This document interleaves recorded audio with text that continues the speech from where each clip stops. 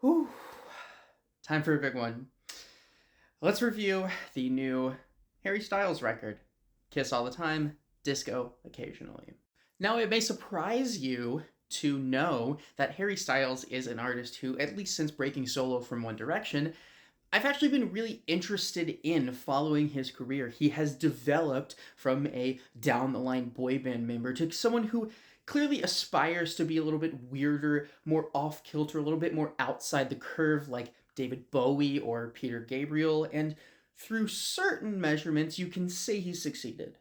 Before jumping into this record, we were 3 albums deep in Harry Styles' career, and between those albums are a lot of songs that I like quite a bit. Sign of the Times, Woman, to Lights Up, and Adore You, and even As It Was, and Music for a Sushi Restaurant. But despite those highlights, none of those records really add up to be anything that interesting or substantial as a whole.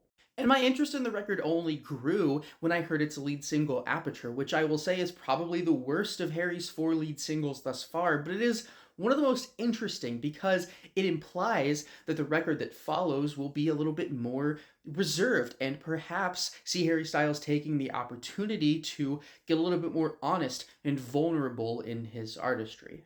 That is not what happens on this Harry Styles album. Holy shit. The moment that Aperture is done, we get right into it with the track that's supposed to be the other big single, American Girls. What a snooze fest. A song that really feels like at some point it should develop, get a sense of energy, momentum, its composition should evolve in a dynamic way, and it just never does, which underpins so much of this record that is just staggeringly boring. It is interesting conceptually that Harry Styles is playing with indie-tronica and occasionally straight up dance music, but the songs are so bland and dull that it never actually lives up to anything.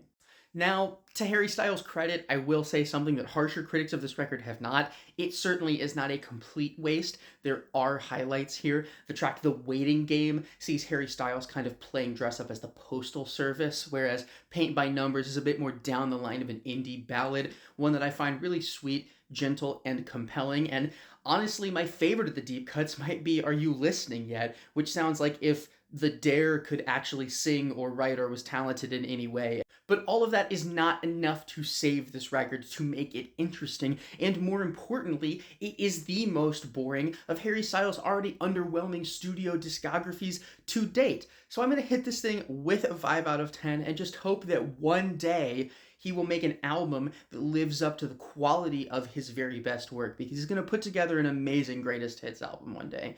Tell me down in the comments what you thought about this new Harry record.